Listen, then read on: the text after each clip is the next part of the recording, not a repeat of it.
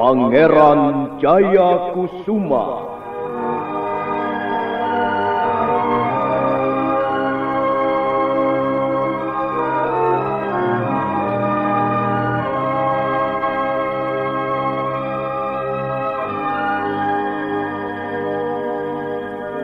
Sebuah serial drama radio yang dipersembahkan oleh Teater Sanggar Cerita dan Sanggar Prativi bekerja sama dengan PT Bayer Indonesia.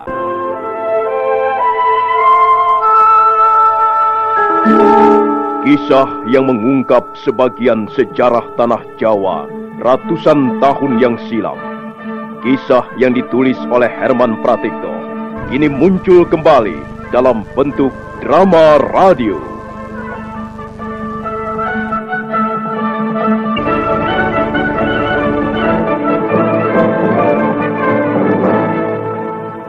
Naskah disusun dan diolah oleh S. Tijab, teknik dan montase Rudi Tinangon dan M. Pranoto, sutradara E.W.S. Yuwono. Kalian harus dicambuk. Iya, aku sendiri yang akan mencambuk punggung kalian. Ampun Tuan, ampun Tuan. Ampun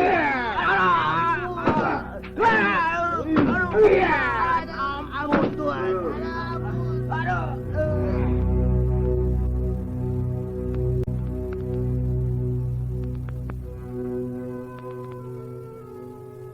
Nah, kalian sudah terima hukuman dariku. Ingat, aku tak ingin melihat kalian berlaku pengecut untuk yang kedua kalinya. Iya Tuan. Iya Tuan.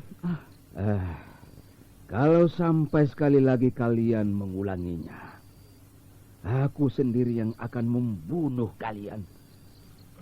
Aku benci punya anak buah pengecut dan tidak setia. Sungguh Tuan, kami berjanji tak akan mengulanginya. Kami telah berbuat kesalahan dan kami ingin menebus kesalahan itu Tuan. Apa maksudmu? Kami dengar Tuan akan menyerang desa Seganggang malam ini juga. Ya, karena aku yakin Beyang Keladinya adalah kepala duku Seganggang. Dan orang yang mengaku bernama Pedang Jahanam itu pasti adalah kaki tangannya. Kalau Tuan tidak keberatan, biarlah kami berdua yang akan pergi ke Seganggang. Apa? Jangan membual seperti tukang obat pinggir jalan.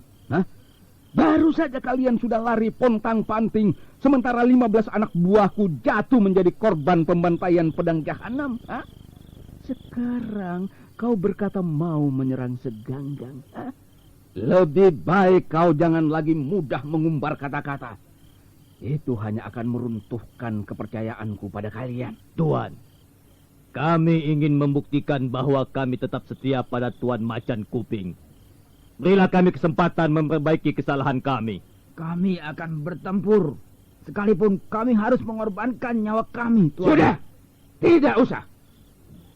Seganggang memang akan hancur malam ini juga.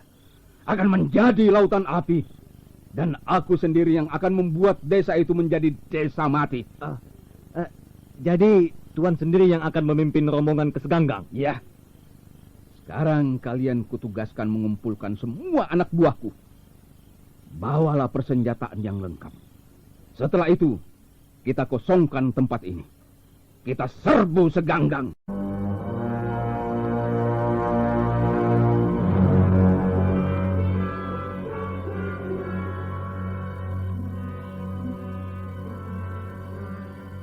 Benar-benar biadab. Nyawa manusia sudah tidak ada harganya lagi. Orang yang menamakan dirinya Pedang Jahanam itu ternyata pendekar pilih tanding. Menurut laporan yang saya terima, semuanya 15 orang, Tuan. Semua terbunuh. Kecuali barangkali pemimpinnya yang sempat melarikan diri, Tuan. Si Pedang Jahanam itu membuat kedudukan kita semakin sulit. Kalau Macan Kuping marah dan minta bantuan kakak kandungnya di Lembah Naga, bukankah keadaan bertambah runyam? Tapi Pedang Jahanam itu akannya berpihak pada kita, Kakang. Pada rakyat kecil dan yang lemah tidak berdaya. Tentu dia juga tidak akan tinggal diam. Ingat, Adiwangsa Yuda. Kita berangkat dari Majapahit dengan membawa bendera yang melambangkan keadilan hukum. Tapi pedang Jahanam justru telah merusak dan menginjak-injak hukum dengan membunuh manusia secara seenak perutnya. Tapi Kakang, belum tentu dia sengaja membunuh. Apa? Barangkali maksud Tuan Wangsa Yuda, orang itu terpaksa membunuh karena membela diri. Soal itu kita tidak tahu persis. Tapi mayat yang berkelimpangan di pinggir jalan itu sudah banyak bicara. Pemandangan itu sudah cukup menjadi bukti bahwa pedang Jahanam menggunakan hukum rimba. Bukan begitu, Pak Kepala Duku? Ya, kita memang belum tahu siapa orang itu, Tuan. Sampai saat ini dia masih merupakan tanda tanya besar. Nah, karena belum jelas siapa orang itu, maka kita harus semakin waspada. Terus terang, aku sendiri masih tetap mencurigainya sebagai penjahat. Mungkin dari kelompok lain. Mungkin saja dia sengaja mengadu domba antara pihak kita dan komplotan Macan Kuping. Tuan. Tenang saja, Pak Kepala. Hadi Wangsa Yuda, Iya, Kakang. pergilah lewat pintu belakang. Suruh anak-anak bersiap-siap mengepung rumah ini dari segala jurusan. Baik, Kakang. Mari, Pak Kepala Duku. Kalau memang mereka kawanan penjahat Macan Kuping, mari kita sambut kedatangannya.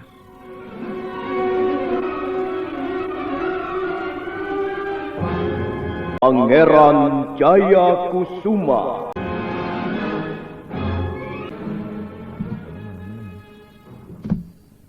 Oh, ada tamu-tamu tak diundang rupanya. Iya, memang. Malam ini rumahmu mendapat kehormatan untuk kami kunjungi, Pak Kepala Duku. Tapi katakan agar istrimu tidak usah repot-repot. Apakah kalian tak ingin masuk sebentar dan minum teh bersama kami? Kami tidak biasa minum teh bersama seorang kepala duku. Kami datang tidak untuk minum teh. Lalu kalian datang untuk keperluan apa? Kepala duku. Mana prajurit-prajurit Majapahit simpananmu itu? Suruh mereka keluar. Ada urusan apa kau dengan prajurit Majapahit? Kau siapa? Tuan ini bernama Kartayuda. Dia adalah pimpinan prajurit Majapahit yang sekarang tinggal di rumah kami. Rupanya kaulah yang bernama Pedang Jahanam alias Kartayuda. Ayo, majulah. Turunlah ke halaman. Kau sudah berani membantai anak buah Macan Kuping. Dan sekarang kau akan menanggung akibat kemarahannya. Rupanya aku sedang berhadapan dengan pimpinan penjahat terkenal kejam. Yang bernama Macan Kuping. Ini merupakan suatu kebetulan yang menyenangkan. Macan Kuping. Sudah lama aku mengincarmu. Nah, sekarang menyerahlah untuk kubawa ke kota Majapahit. Menyerah katamu? Aku datang ke tempat ini bukan untuk menyerah kepada siapa-siapa. Aku datang justru untuk membunuh kalian semua. Ayo! Sergap mereka! Bunuh mereka! Jangan sampai ada yang tersisa! Ayo! Macan Kuping dan anak buahnya bertempur dengan semangat tinggi. Malam itu, halaman rumah kepala duku seganggang menjadi gaduh. Denting pedang, teriakan mereka yang terluka, dan hiruk-pikuk orang berlarian ke sana kemari sambil memukul kentongan, mengisi kesunyian malam. Mendadak pertempuran menjadi tak seimbang lagi. Kalau semula prajurit-prajurit Majapahit terjepit, kini berbalik, anak buah Macan Kuping keteter. Hanya dalam sekejap saja, sudah 3 orang roboh menjadi korban. Celaka, Tuan. Celaka. Pedang Jahanam datang membantu mereka. Kalau kita biarkan, bisa habis kawan-kawan kita. Cepat, perintahkan agar mereka mundur. Baik, Tuan.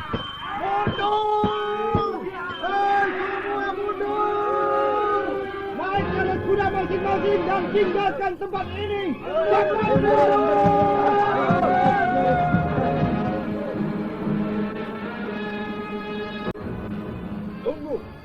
jangan sarungkan pedangmu dulu. Kaukah orang yang mengaku bernama pedang jahanam itu? Apakah arti sebuah nama atau sebutan? Itu penting kami ketahui. Kau sudah ikut campur urusan kami. Apa maksudmu yang sebenarnya?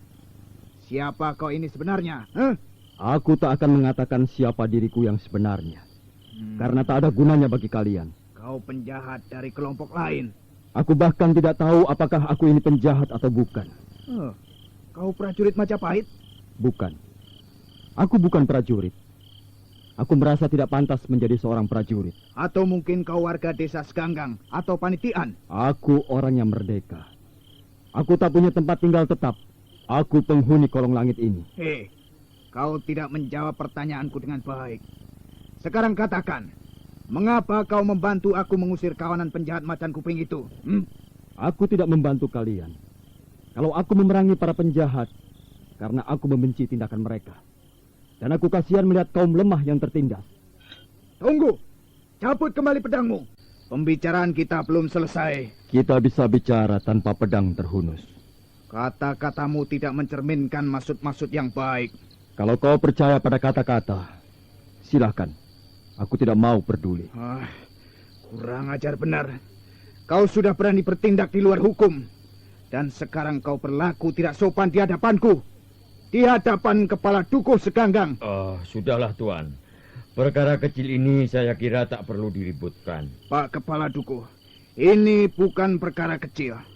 Dia sudah membunuh banyak orang. Dan kita belum kenal siapa dia sebenarnya. Kita tidak tahu di pihak mana dia sebenarnya. Kita pantas mencurigainya. Aku tahu kau seorang perwira pasukan Majapahit. Lalu kau mau apa kalau sudah tahu? Hei orang asing. Aku hanya sangat menyayangkan.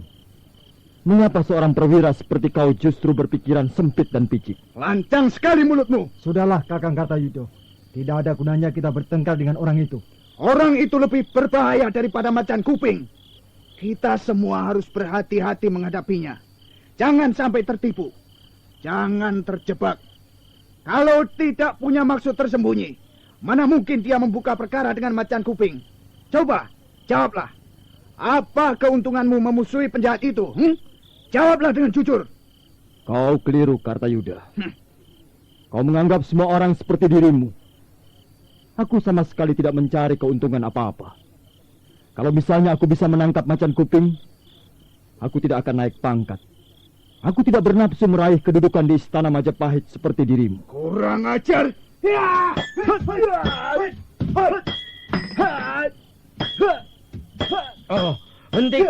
Hentikan Tuan. Hentikan. Aku tahu kau berkemampuan tinggi. Dan rupanya kau ingin membanggakannya di depan orang-orang Seganggang ya. Sudahlah Kakang, hentikan. Kita tidak punya urusan apa-apa dengan orang itu. Biarkan saja dia, Kakang. Tidak Adiwangsa Yuda. Selama dia tidak mau berterus terang, selama dia masih menyembunyikan dirinya di balik nama pedang jahanam, aku masih penasaran. Aku tidak akan berhenti sampai di sini. Dia tetap kuanggap musuhku yang kedua setelah macan kuping.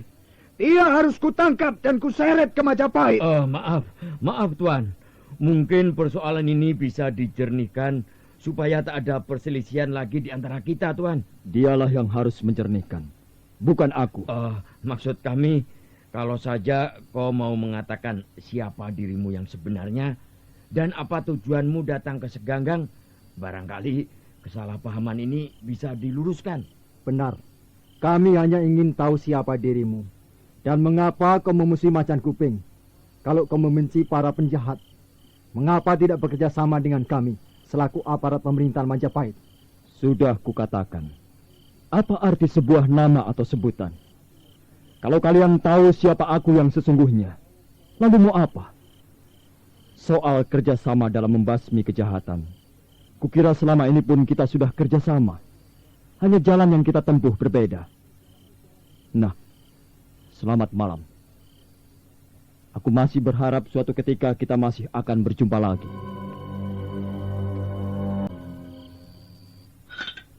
Apakah mereka sudah kembali, Adiwangsa Yuda? Sudah, Kakang. Mereka dapat mengira-ngira di mana letak sarang macan kuping dan anak buahnya. Berapa jauh jaraknya dari sini? Kalau kita tempuh dengan berkuda tidak akan memakan waktu terlalu lama. Sarang mereka terletak di balik sebuah bukit, banyak ditumbuhi rumpun-rumpun dan pohon bambu. Oh, kalau begitu harus menyeberangi hutan. Bukit itu berada di sebelah selatan hutan. Memang tidak terlalu jauh, tapi perjalanan agak sulit juga ditempuh karena banyak tebing-tebing yang terjal. Itu tidak menjadi soal, Pak Kepala Dukuh. Yang penting kita bisa menemukan sarang penjahat itu. Lalu kita akan hancurkan sarang mereka malam ini juga. Kita bisa berangkat sekarang. Anak-anak sudah siap. Baiklah. Untuk apa kita menunggu lagi? Kami berangkat, Pak Kepala Dukuh. Oh, iya. Silakan, Tuan. Hati-hatilah.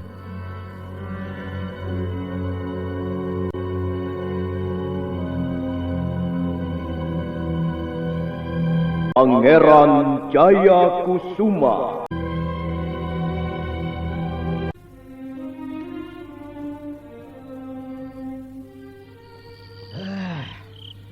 Rupanya aku keliru. Orang yang mengaku bernama Pedang Jahanam itu ternyata bukan prajurit Majapahit. Memang bukan, Tuan. Tapi mengapa dia memusuhi kita? Apa urusannya? Maaf, Tuan. Barangkali dia mengharapkan hadiah 400 ringgit dari pemerintah Majapahit. Kukira tidak. Apa artinya 400 ringgit? Dengan ilmu yang tinggi itu, dia bisa mencari uang jauh lebih banyak. Betul juga. Lalu apa alasannya dia memusuhi kita, Tuan? Atau barangkali dia berasal dari kelompok penjahat lain? Tak ada kelompok penjahat lain yang memiliki nama lebih besar dari kita. Semua kelompok penjahat sudah kita kenal dengan baik. Dan mereka berada di bawah kita. Siapa orang itu? Ilmunya sangat tinggi. Pantas kalau kalian berdua sampai lari pontang-panting. Tapi menurut pendapat saya, Tuan, ilmu orang itu tidak lebih tinggi dibanding Tuan Macan Kuping. Ya, kalau ada kesempatan, aku memang ingin menjajal ilmu pedangnya. Kukira dia menggunakan jurus-jurus ilmu pedang Garuda Winata. Maaf, Tuan. Ada seorang kawan yang bertugas di ujung bukit memberikan laporan. Laporan apa? Katakan yang jelas. Ya, mereka melihat prajurit-prajurit Majapahit berkuda menuju kemari. Semua ada 15 orang, Tuan. Orang-orang itu mau mencari mati rupanya. Siapkan anak-anak. Apa kita akan hadang mereka di tengah jalan, Tuan? Tidak perlu. Itu akan membuang tenaga percuma. Kita tunggu saja mereka di sini. Pokoknya, begitu mereka muncul, langsung saja sikat sampai habis.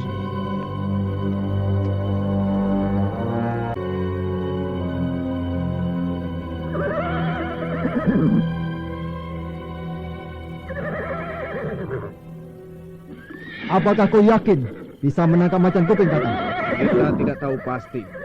Kita hanya berusaha sebaik-baiknya. Semenjak kehadiran kita di Sekanggang, kita sudah kehilangan 5 orang kawan kita. Sekarang jumlah tinggal 17 orang semuanya, dan termasuk kita. Sedang kita belum tahu persis kekuatan Macan Kuping. Mungkin saja jumlah mereka lebih banyak. Kita sudah biasa memadamkan kerusuhan di seluruh pelosok Majapahit. Ini bukan pengalaman yang pertama kalinya. Mengapa kau sekarang jadi ragu-ragu? Soalnya penjahat yang kita hadapi sekarang lain, Kakang. Dia terkenal jahat dan kejam. Di samping juga terkenal pandai memainkan pedang pendeknya. Kalau saja pedang jahanam itu datang membantu kita. Hati Wangsa Yuda. Kalau kau merasa gentar menghadapi Macan Kuping, kau masih bisa kembali sekarang. Bukan begitu maksudku, Kakang. Aku tidak senang mendengar kau sebut-sebut lagi si pedang jahanam itu. Kita ini prajurit. Kita harus mempertaruhkan segala yang kita miliki untuk membela harga diri kita sebagai prajurit. Tapi Kakang, tidak ada salahnya kalau memang dia ingin membantu kita. Dan kita terima bantuannya. Toh penjahat yang akan kita hadapi sama. Kita berangkat dari Majapahit untuk memburu dan menangkap Macan Kuping. Kita sudah dipercaya oleh Gusti Gajah Pakun untuk menangani masalah ini. Kita adalah prajurit-prajurit yang terlatih. Dan itu sudah kita buktikan di mana-mana. Setiap ada kerusuhan, kita segera datang. Dan kerusuhan itu segera padam.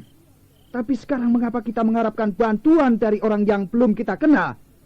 Mengapa tidak kita tangani sendiri masalah ini? Agaknya Kakang Kartayuda masih mencurigai orang itu. Adiwangsa Yuda. Iya. Mungkin saja orang itu bukan penjahat. Mungkin saja dia orang baik-baik. Entah berasal dari mana. Tapi perbuatannya itu kuanggap sebagai penghinaan terhadap kita, prajurit-prajurit Majapahit. Nah, sekarang kita harus bersaing dengan orang itu. Kita harus menunjukkan pada seluruh rakyat bahwa kita mampu menjadi pelindung yang baik. Tuan, 2 orang yang dikirim ke Lembah Naga sudah berangkat. Mereka mengambil jalan pintas di belakang bukit. Bagus. Kakang Macan Ireng perlu tahu. Mungkin kita akan segera pindah dari sini dan mencari sarang yang lain. Yang lebih enak untuk mengintai calon mangsa kita. Tuan. Mereka sudah datang, Tuan. Mereka sudah datang? Ya, agaknya mereka sengaja meninggalkan kuda-kuda mereka di tempat yang jauh. Mereka datang menyusup diam-diam ke tempat ini. Salah seorang teman kita bahkan sudah terbunuh, terkena lemparan tombak. Kurang ajar. Cepat kerahkan anak-anak. Kita sambut orang-orang tolol itu. Baik, Tuan.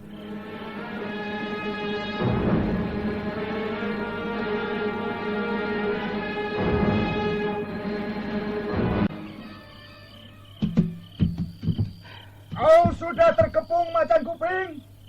Kau dan anak buahmu tak akan kami beri kesempatan untuk lolos lagi. Kalian prajurit-prajurit yang hebat dan pemberani. Tapi apakah kalian tidak tahu bahwa sekarang ini kalian berada di sarang macan? Kami tahu.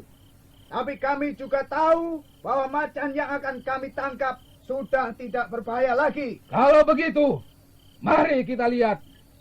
Mari kita saksikan apakah perkataanmu itu tadi benar atau tidak. Bunuh mereka! Angkat pedangmu tinggi-tinggi dan bunuh mereka semua!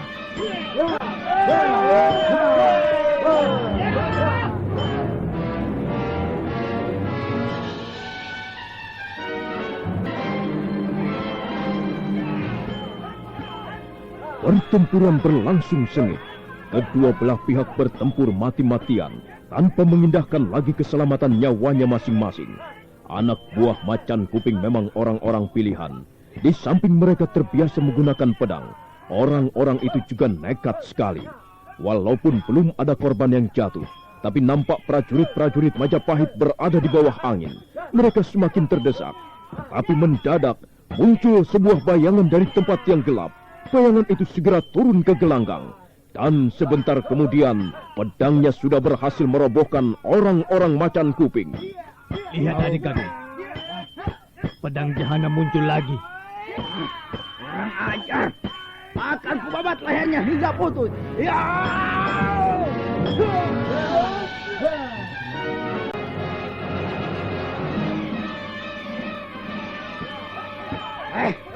Pedang jahanam. Ayo, hadapilah aku. Aku akan menghadapi semua orang-orang jahat. Sudah beberapa kali kau membuatku mengalami kesulitan. Sekarang, aku akan menggunakan kesempatan ini untuk membalas perbuatanmu. Bersiap-siaplah kau, pedang jahanam. Silahkan. Ya. Aku sengaja datang kemari bukan hanya ingin menjadi penonton.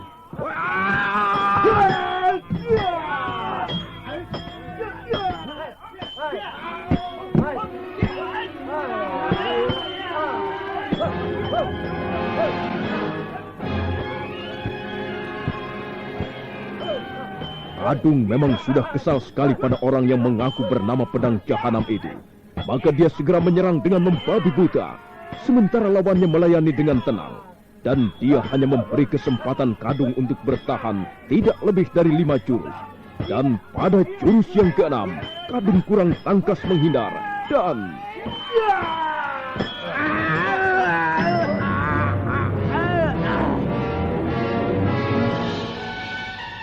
Pangeran Jaya Kusuma.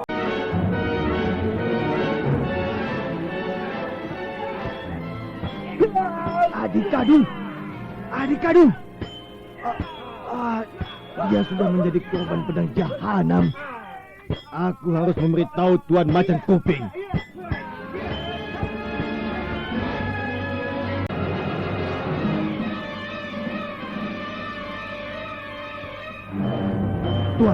Tuan, adik Kadung tewas.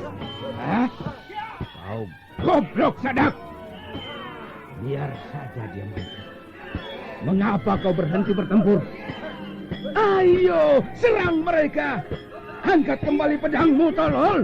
Maksud saya Tuan. Adik Kadung tewas di tangan pedang jahanam. Apa? Jadi dia muncul lagi untuk mengusung kita. Setan belang. Akan kupenggal batang lehernya. Mana dia? Di sebelah sana, Tuan. Sekarang dia sedang mengamuk, membunuh teman-teman kita, Tuan. Orang itu akan kubunuh sekarang juga. Dia.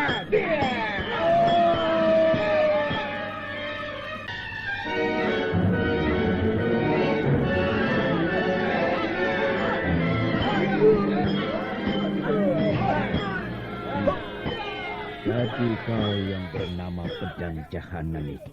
Dan agaknya aku berhadapan dengan Macan Kuping. Seorang penjahat yang sudah tersohor di seluruh Majapahit. Mengapa kau memusuhi kami? Nah, saudara pendengar, bagaimanakah kisah selanjutnya? Silakan menunggu kelanjutan kisah Pangeran Jayakusuma ini pada episode berikutnya yang dipersembahkan oleh Revagan, tablet anti flu buatan Bayer, manjur dan cepat kerjanya. Sampai jumpa.